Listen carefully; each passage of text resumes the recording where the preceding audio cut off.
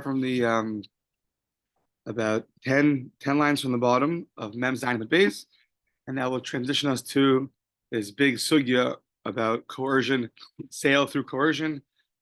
So the Gemara ended up saying that it referred back to a case that we learned that a Gazlan, one who stole, who's a robber, which we explained means one of two things: either he's known to steal this field, he's a robber on this field, or he's from a family that will kill people if you don't give them their money. So such a person, when he claims this land is his, he does not have a legal right. He does not have what we call a chazaka to this land.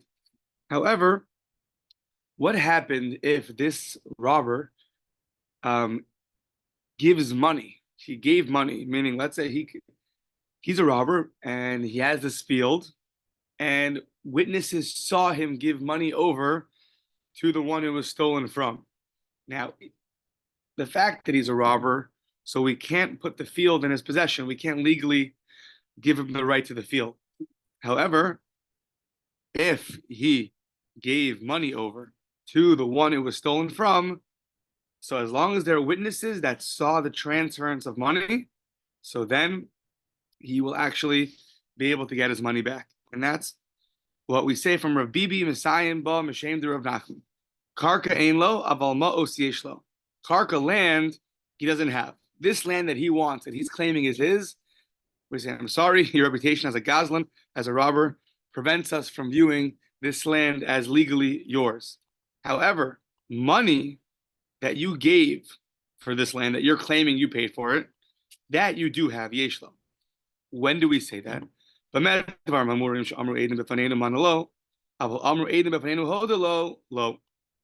That's only if he can provide us witnesses that saw him give the money. If they saw money transferred, so then he's allowed to get the money back.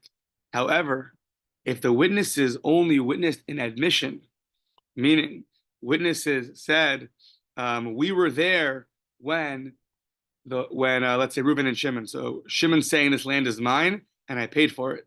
And witnesses are saying, we were there when Reuben admitted to Shimon that he gave him the land. So if witnesses are there and they and they say that we witnessed an admission of the original owner to the one who currently wants the land, so that is no good based on a understanding that we said yesterday. And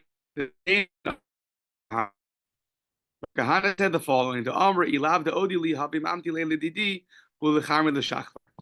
Kahana stated, mafia, when you're dealing with someone who's very intimidating, so he can, by just being himself, he can actually coerce people to admit to things that aren't really true.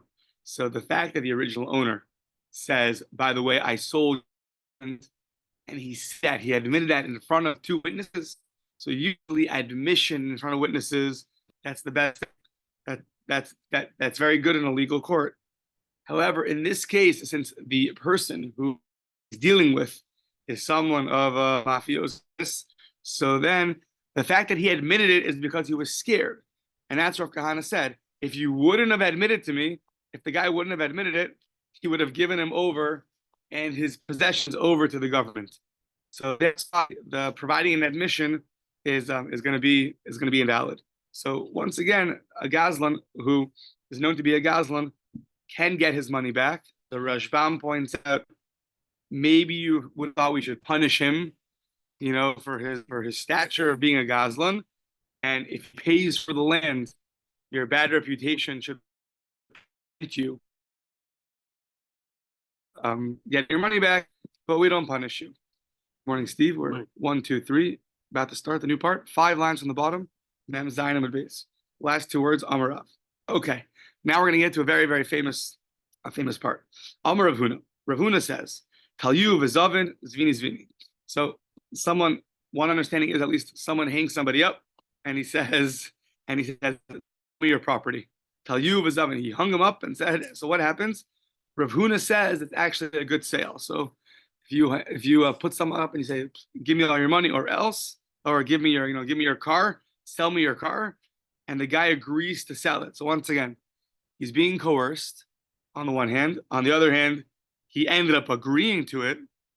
So that's a good sale. But when is that a good sale? It's only a good sale if there was money transferred over. If under coercion, the guy says, okay, I'll give it to you as a present. Here, take my BMW. I don't need it anymore. Or take my Cybertruck or whatever, right? So I don't need it anymore. So then that doesn't work. When he gives over money and the guy accepts money, so then we say he's gamar umak, meaning he has consented to a sale. So now, what is the explanation of this? My timer, because it's hard to understand. You're under coercion, and we know to transfer ownership, to acquire anything, you have to have a level of agreement. You have to have consent, your own consent. You can't sell something, when you're coerced. And yet we see here, when you're coerced, the sale is a valid sale. So how do we understand that? My timer. Kol de mazvin inish ilav de anis loy havi mazvin vafilu hachi zvine zvini. So let's go away from physical coercion for a second, and let's go to self-made or maybe the market crashed, financial coercion. So what happens if you have a business and the business is not going so well, and next thing you know, pay for tuition, you got to pay for a wedding, so you need fast cash. So what are you going to do? You're left with no choice. You have to sell all your possessions. So that's also a level of coercion, right?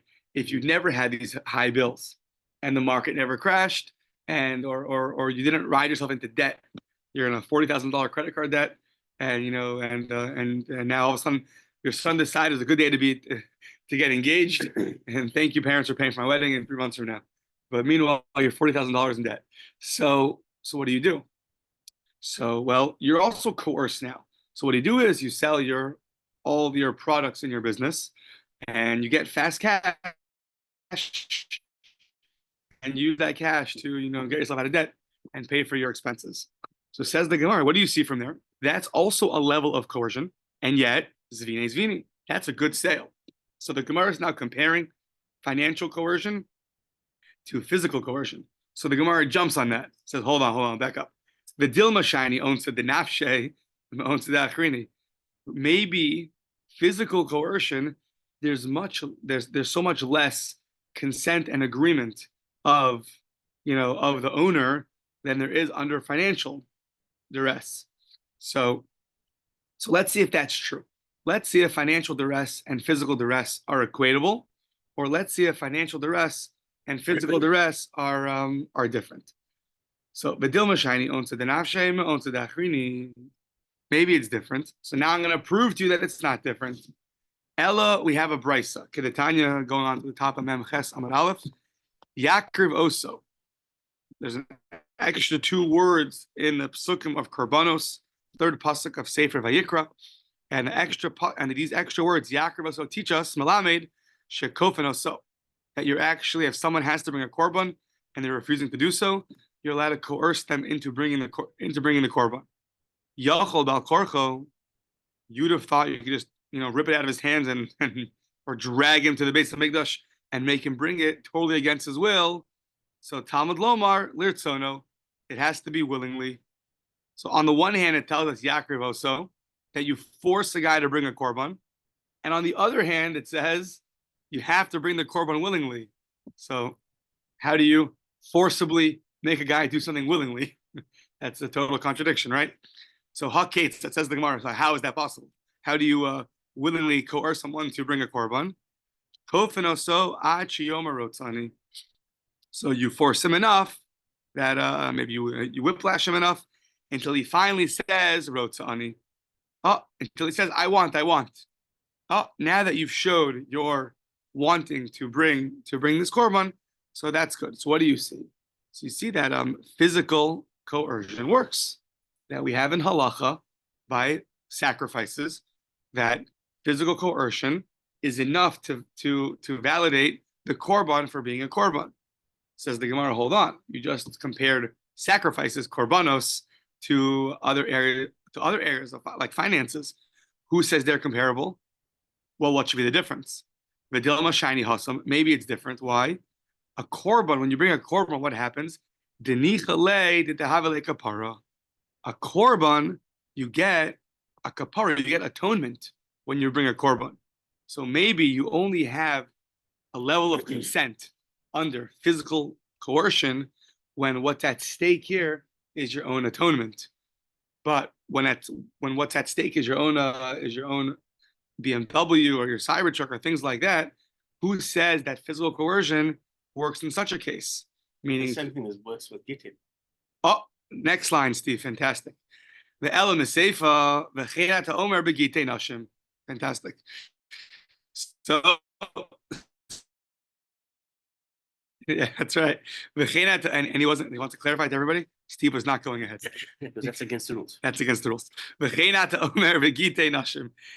You have a similar halacha by divorces. Kofinoso achim rotson. I don't think we do this nowadays per se, but the halacha is you're allowed to, we know that a get. So by a get it says kofinoso achim rotsani. A man has to, it says v'nasan biyada, he has to be the one to give the divorce document. He's not allowed to be forced. And yet we see that when you force him until he says I want rotsani, so then that get is a good get. So says the Gemara, hold on, not so fast. Maybe divorce is different than financial than financial cases, than monetary cases. The Dilma Shiny Hassam, what's at stake there is the mitzvah lishmoa divrei chachamim. Here, he knows that the rabbis want him to get a divorce. And there's the mitzvah, believe it or not, to listen to the rabbis. So the reason here why he's agreeing to a divorce is because what's at stake? Well, there's a mitzvah. That's what's driving him. When there's a mitzvah l'shmoa divrei chachamim, so then we can view the consent, even under a certain level of coercion, as a valid consent. Just you should know, there's a very, very famous Rambam in Maimonides in Hilchos Gerushin when he codifies this halacha of forcing somebody. So he has a beautiful explanation over there where he talks about that really every single Jew all have most desire is to follow the mitzvahs. So so when it comes to this case, he says it's a mitzvah lishma divrei chachamim, since it can be covered over with many layers, but when you uncover the layers of every Jew, so deep down inside is inner desire to do mitzvahs. That's the Rambam in his code of law, interestingly, has a whole nice explanation of this halacha. Okay, so what could be the reason for Rav Huna? So we tried comparing physical duress to financial duress, and we try to bring two proofs for it: korban, sacrifices, and divorce. And each of them had their own reason why their consent under physical duress worked. But in our case, who says that it works by regular finances? Ela svarahu agav onse gomer umakne. Rav Huna had his own logic that when you're in coercion, you do agree to sell something. The Rashbam points out, but it's only when you have two things. On the one hand, you were being mitochi sur, and he writes, when you're having a certain level of of affliction coming upon you, of coercion, and you're getting money for it, and you're also getting money for it. So when you have those two together, Rav Huna says there's enough consent from a person. A person does have enough consent to validate a sale. I guess if one thinks about it, right, he's giving up. Let's say, our case of BMW, he's giving up a car. I don't know why I choose BMW, but he's giving up his car. So if in return, let's say he gets the same amount of money for the car, right? So let's say the car, whatever, $20,000, and the guy throws at him $20,000 after he agrees, after he's beating him, he also throws him the same amount of money. So he has the money to now buy himself the same item as before. So you can understand he's not losing so much. Now, what would happen if what's at stake is a $20,000 car and the guy gives him $5? That, I don't know if that would be considered, that's full coercion, really, because that's like throwing pennies at a person. But if you're giving the guy the amount of his item that's being sold, so even though this is a novelty, it's a chiddush, we're going to see in a second, not everyone agrees to this, but when you're doing that with affliction, and he doesn't want the affliction anymore, so in his heart, there is some level of consent that is enough for us to agree to the sale.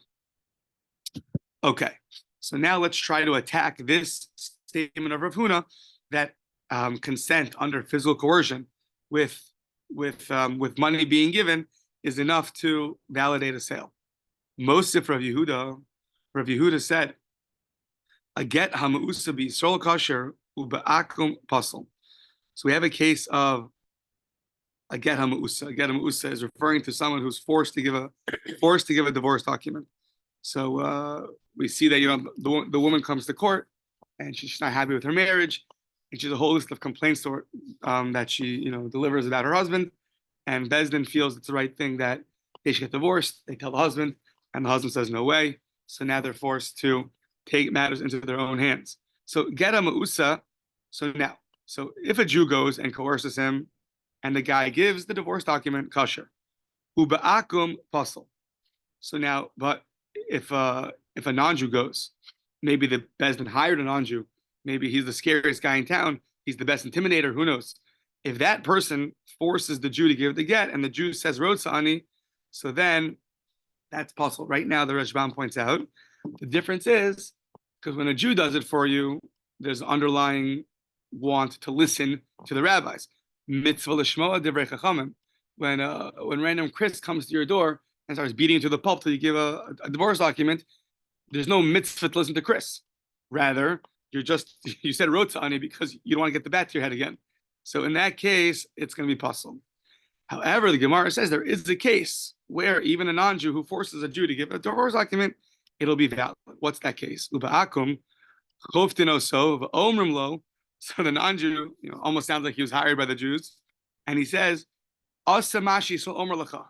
Do what the Jews tell you, meaning do what the rabbis tell you. You know the rabbis want you to give a divorce document. You're right. We're here. We're not Jewish, but why don't you do what the rabbis told you to do? So in that case, that would also be a case where if he says rotza ani, so then that would be good. So now we're going to ask the non-Jew who forces a person. We said it's possible. So the Gemara says, "Amai pasam nami agav onse gomer megarish." So we said, according to Rav Huna, when you're under coercion, as long as you have consent, it should be valid. So here too, one of our three cases over here, the non-Jew's beating him. He had consent. At the end of the day, he consented. So what's the difference between that and your case of Talyu of Azavin when the guy's being forced to sell something? Says the Gemara. Oh, so now we say it like this. It's Marala, Amr of Misharshia. So we said about this case where you're forced to give a get. Rav Misharshia says, Dvar Torah, according to the Torah, so then afilu ba'akum kosher. You want to know biblically if you have fulfilled your obligation in giving a divorce document? Yes, even under coercion from anybody. Because, like Rav Huna, you have a consent under duress, and that biblically is fine. However, we just the brisa or the statement of Rav Yehuda said that when you do it under the rest of a non-Jew of Obed Kochavim, then it's going to be possible. Why? So the Gemara says rabbinically it's not going to be good. Why? Kidei shelo tehei kol achas v'achas olekas v'tola atzma biyad akum umafkas atzmo miyad ba'ila. It happens to be that when it says akum, it usually really refers to an idolater. But yeah. So what's going to happen? A lady's going to be not happy in her marriage, and she's going to want out. So we don't want her to potentially have promiscuity with someone who's not Jewish. So therefore, if we set up a system that if she were, in the event that she were to want to be with this person who's not Jewish, there's no way for her to get out of her marriage to a Jew, even though biblically it would be permitted. But rabbinically, we didn't want to prevent this scenario of happening, that a woman should leave her marriage and go to someone who's not Jewish. So therefore, we said if you're going to go to him and force your new husband to make your old husband give a get, so we're not going to allow that to happen. But at the end of the day, this idea of consent under physical duress stands strong biblically, Jew, non-Jew. At the end of the day, when a husband says rotza ani, so then that is valid. Okay. Next attack on this statement of Rav Huna about consent under physical duress. Most of Rav Hamnuna brings something which we saw yesterday. Let's say someone bought a field from a Roman. These are Roman officers that walk around killing Jews and taking their stuff. So a guy goes and buys a field from one of these Roman mafiosa. The Chazar Balakak Mibala bias. And afterwards, he says, you know what? I'm going to cover all my bases. I'm not just going to buy from this guy who stole the field. Let's say you have Reuben owned the field, and now a Roman officer goes and steals the field from him, and I go and I buy it from the Roman officer. So I go back to the original owner. I go back to Reuven, and I buy it from him too. So I paid twice. I paid the Roman robber, and I paid the original owner. The Chazar Balakak Mibala bias. What's the halacha? Mekcho batal. The sale is invalid. So va'amai, why is it invalid? So, well, we said earlier it's invalid. Yesterday we said why? Because even though the original owner, Reuven, consented, there was consent to sell this field to me. However, he's only agreeing to the sale because he knows if this Roman officer finds out that he put up a fight against selling the field to me, so the Roman officer is going to have his head. So he's under fear, he's under duress. There's also a level of coercion here. That's why it's not good. But says the Gemara, I don't understand. According to you, Rav Huna, the fact that you're under duress, you're under coercion, who cares? V'amai hasamnami agav onse gamaru makni. Just say the same thing over there. At the end of the day, the original owner consented. There was consent to sell the field to me. So who cares that he was scared of this Roman officer? We explained Rav Huna today to say any consent under duress should be valid. So this should be valid over here also. So says the Gemara, Itmar Allah. Well, hold on. This case is not so clear. Rav and Shmuel disagree about what level of consent do you need from the original owner. So Amar Rav lo shanu ela Amar le lechazeku kni.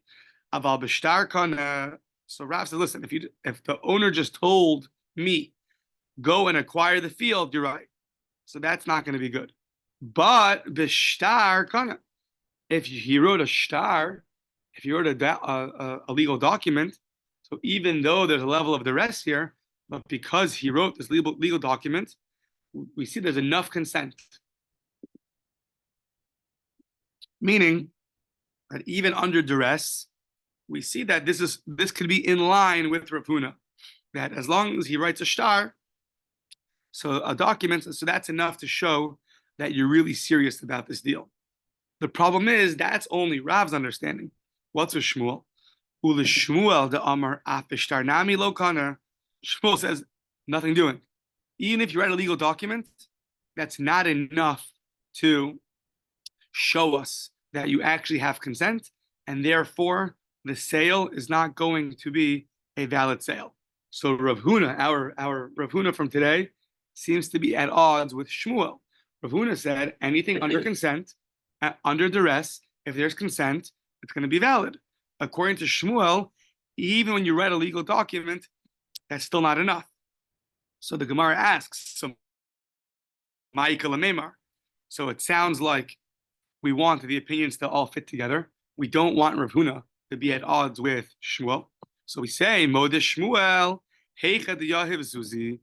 We said Shmuel agrees that if there is money transferred over, so then consent under physical duress is going to be a valid sale. And that's exactly what Rav Huna said.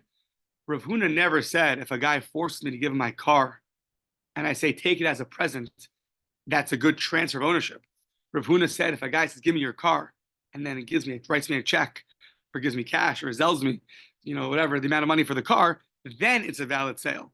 So to here, the original owner is under extreme fear of this, Roman killers.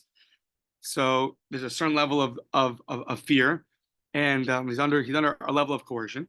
But if I go and I hand him money, and he gives me the field, so even though he is scared of these Roman officers, we view that to be enough of a consent to validate this sale. That's all Rav Huna. Now, can Rav Huna fit with the opinion of Rav Bibi? And Rav Bibi is what we start off with today, just reviewing that case from yesterday.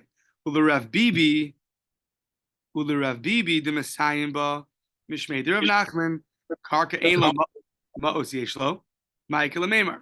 Remember, Rav Bibi's case was the first case of today, where someone who's this Gazlan, who's known to be a robber of this 100-acre farm. So he said, "Hey guys, the farm is mine." We're like, "I'm sorry, you've had a reputation of stealing this farm before, so we will not place the farm into your hands today."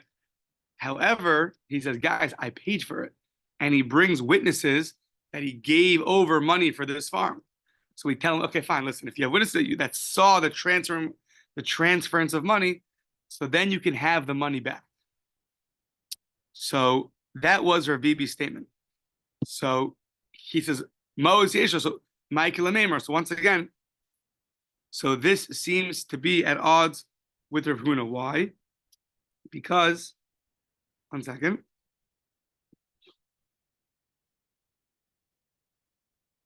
That even though the Gazlan gave money, this Gazlan, the famous Gazlan, who's been known to rob this field for years and decades already, he gave money to Reuven, let's say.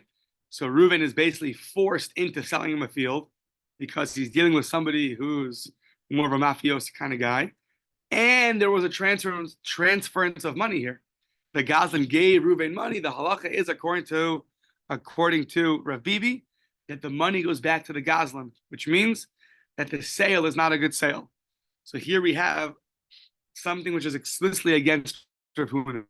You have a sale with transference of money, and at the end of the day, since there's a level of duress, because the owner Reuven is dealing with this mafioso Gazlan, so that's too much of a fear and coercion that even when the Gazlan gave money with witnesses, it's still going to be an invalid sale. So how can you reconcile that with Rav Huna? Says the Gemara, you can't. Rav Bibi Memrahu. Rav Bibi has a statement. Memra le Rav Huna lo svirle, and Rav Bibi does not agree to the statement of Rav Huna. So we have, after all the dust settles, if someone is forced to sell something, and the one who's forcing him gives him money, it's a machlokes Rav Huna and Rav Bibi if it's a valid sale or not. Rav Huna says yes, because that's enough of a level of consent, even under duress, that we can still view that as a valid sale. And Rav Bibi says no, nothing doing. Even transference of money is not enough. Amar Rava. Okay, so after that, a nice discussion. So how do we paskin? What's the halacha? How do we rule? What's the halachic ruling in this situation? Amar Rava, Hilchasa Talyu Vizavin Zvini Zvini. Rava says we agree to the opinion of Rav Huna. But hold on, there's going to be a few stipulations to this. When do we agree to Rav Huna that a sale under duress, as long as you have some consent, is enough? Turning the page, below Amram Ella Bisadestam. If the guy's okay, I have 100 fields, I'll give you one of them. So if he says that, and then he chooses one of the fields to give, that already shows us that he is more serious about the sale. Aval Bisadezu. If the guy says, no, I want this field, and I'm going to force you and beat you until you give it to me, and here's the money for it. So that, Rava says, that far we're not going to go. Sounds like that's too much duress already. That Ubisadezu, now hold on. Let's say he wants only this field. Nami lo amran ella de lo artizuzi. We say that it's too much duress. There's too much under duress when the guy gives the money. That's interesting. And the one who received the money doesn't count the money. He doesn't count the money. So we see he doesn't care about this deal. He's not even counting his money. Sounds like when you make a good business deal, naturally we just count their money. Aval arti zuzi lo. But if you were to count the money, then that shows us, he was serious enough about this deal, and it's going to go through. The lo amrun ella de lo haveli ishtemute aval haveli ishtemute lo. Now another factor is, could you have evaded this guy? Was there any way to get out of this coercion? If there was a way to get out of the coercion and you didn't, and still went through with the sale, so then it's a good sale. But if there's no way out and of to get out of the coercion, so then if it's besad zu, this field, and lo artzi zuzi, and you don't count the money when you got it, and there was no way out of this forcing of this coercion, so then we say that that's too much coercion. The sale is not a good sale. However, the Gemara says the hilchasa bekulu the havu zvine zvine afilu besad zu. The halacha is in all of these cases, meaning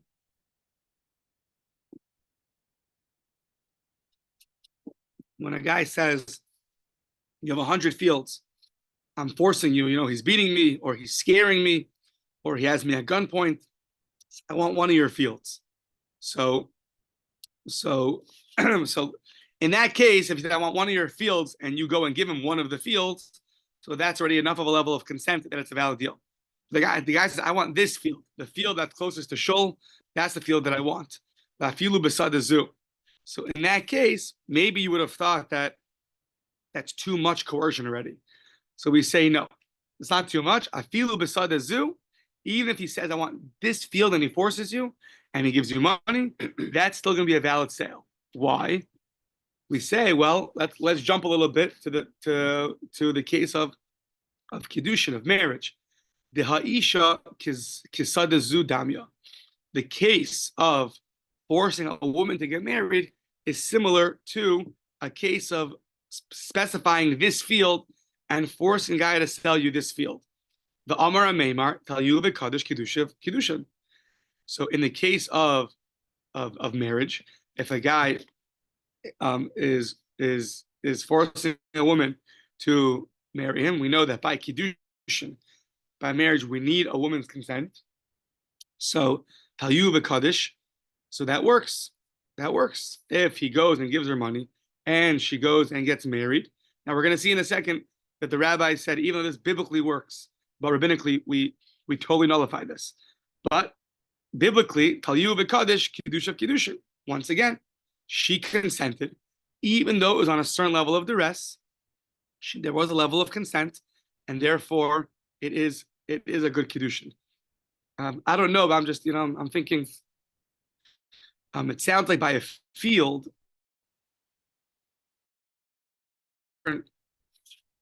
different levels of coercion. So I wonder by marriage, would we agree that there's a certain level where it's already too much? It's too much coercion. That it would not be valid. I don't know. So okay. So tell you v'kadosh kiddushin. So we see that when you say this, I want to marry this woman. Say I want to marry you, and you give her money, and she feels scared, intimidated, whatever it is. Biblically, it's a valid kiddushin. That's very similar to I want this field, the one that's closest to Shul, and you force the guy and you give him money. So then at the end of the day, that would also be valid. I just wonder about the shalom bike with that kind of. Right. So yeah, the shalom bike is probably not so good.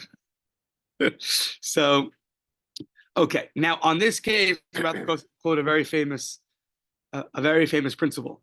So Marbar of Ashi Amar. Marbar of Ashi says, "Be'isha vadai kiddushin lo havu." Says for sure it's not a good kiddushin. Now this it's not going to be good. Biblically, he agrees. Who asa shaloka hogan lefikach asu imo shaloka hogan the afkinu rabbanon lekiddush emineh.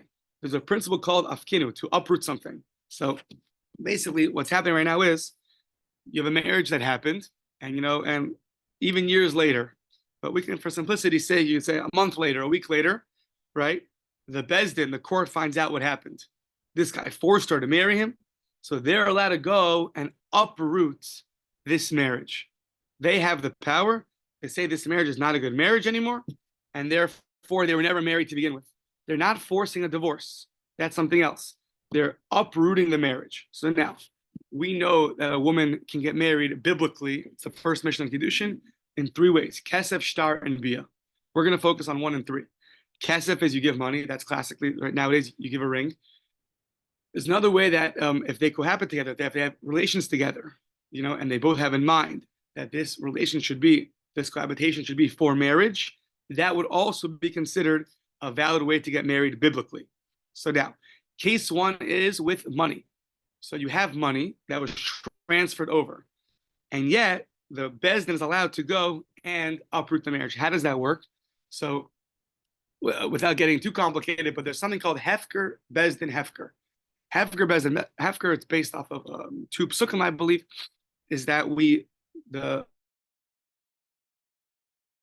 give the to Bezdin to not necessarily be in control of your money, but in times in circumstances that they feel that it's necessary, they're allowed to make your money ownerless. So what they could do here when they saw such an act of a forcing marriage, what they could do is they could say that money that you originally gave was never yours, was ownerless. And the halacha by kiddushin is you have to give your money, and you have to give your money, right? At weddings, they'll often ask, you bought this yourself, it's a question by a credit card. If you haven't paid the credit card bill, right? Meaning, does the bank own the ring? Do you own the ring? Right? Better to avoid it, just paying cash or pay your credit card bill. But the ring has to be yours. The money given over for marriage has to be yours. So what happens is the Rabbanan can go and say that money was ownerless. Once they said that, once they've established that, so then these two people were never married anymore. So that's what Mar Bar Rashi says. If this happens, afkinu Rabbanan lekidushay minei. Okay, Amar Ravina Ravashi, Tenak the Kadosh B'Kasa, but Kadosh Rabbiya Michael Meimar. That's great if they got married with money. But let's say there was coercion and they got married through cohabitation. So there's the rule of Hefker, based in Hefker, there's no money transference here. So how could they uproot this kind of marriage? Says the Gemara, the Gemara says another thing. Amar Le, Shavyuhu Rabbanan lebilaso beilas znos, which is like a very complicated, a lot of ink has been spilled on this line. But we know that when a husband marries a wife, Hareya Mikudeshesli, Kedas Moshe v'Yisrael, right? Basically what he's saying is, I'm marrying you, according to the Rabbanan. Meaning, I'm marrying you line the rules that the Rabbanan see fit. But it's more than that. It doesn't sound like not only a one-time, right now I'm agreeing to the Rabbanan. You're agreeing that this marriage is a marriage which is going to be in accordance with the Rabbanan and with Jewish law. So now what happens if at this point, if this kind of marriage happened, so then that kind of marriage is no longer in line with the Rabbanan. So since you got married, as long as the rabbis consent to it, meaning you agree that as long as you view this marriage fitting, we're going to be married. Since the initial marriage here was done in such a way, so since he said he basically put the marriage a little bit, in the rabbi's hands, meaning they gave him some level of, they have to have a level of consent to agree to it. The rabbi says no way, and therefore they said that that kind of cohabitation was not a legal act, and therefore the what happened was a be'ilas nus. It was a marriage. It was a relation that happened outside of wedlock, and you guys are never married. So, okay. But she still can't marry a Kohen, or a Kohen Gadol. She still can't marry the Kohen Gadol. Correct. I believe so. Right. Okay. It's not completely undone. Right. Correct. Okay. So let's do a little bit more. So now, Tabi Tala Lepapi Akinra Vizav. So Tabi is one person, and Papi is another person, and Kinra is a tree. So Tabi went and hung up Papi on a Kinra tree, Vizavin, and made himself something. And now there was two documents here. There was one document that sounds like it was already written up, that was something called a moda. It was basically saying, ahead of time, I will be coerced to sell you this. The guy got notice in the mail, I'm tomorrow by the Kinra tree, and we're going to make this deal go through. He quickly wrote off, don't consent to this, as a document with witnesses signed on it. The ashkalte. And then there's the actual document of the sale. So what happened? Chasom Rabbi Bar Chana amoda v'ashkalta. Rabbi Bar Chana was a witness on the moda, which was a document saying we don't want this deal to go through. V'ashkalta. And he signed on the document saying that the sale went through. So the same person signed on contradictory things. He signed on a shtar moda, which says It's a moda. I'm letting everybody know this should not be a valid sale. I'm being coerced. On the other hand, he also signed on the document that says, Reuben sold, or whatever, Papi sold Tavi this field. So Amar Rav Huna, this doesn't make any sense. Man dechasim amoda shaper chas. Okay, you can sign on the moda, on the document that says, I don't want the sale to go through. That's fine. Uman dechasim ashkalta shaper chasim. And if one were to sign on the document that validates the sale, that would also be good. But you can't sign on both because manavshach. Moda lo ashkalta. Ashkalta lo moda. You can't. I validate that this sale should not be a good sale, and you sign your name, and you also have a document saying, I'm a witness on the document that the sale is a good sale. You can't have best of both worlds. So says the Gemara, with this will end, Haki Kamar, Ilav Moda.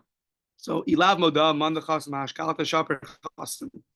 So basically, if there wasn't this Moda, this Moda, so then the person who signed on the sale would be a good signature. So meaning he never really signed on both. It's just if there was never this original shtar moda, so then he would be able to sign on the document of sale. However, if there was a moda and he already signed on it, so then you can't be a witness on the other document also. Rav Huna Latame, this is Rav Huna, according to his opinion, Dam Rav Huna, Talyuv Izavin, Zvini Zvini. Rav Huna is the one who says that under physical duress, under coercion, under duress, a sale is valid. Therefore, Rav Huna allows you to be a witness on a document that is sold, even when the guy is being hung up on a tree and forced to sell it. At the end of the day, there's still a level of consent, and therefore it'll be a valid sale. Yeah.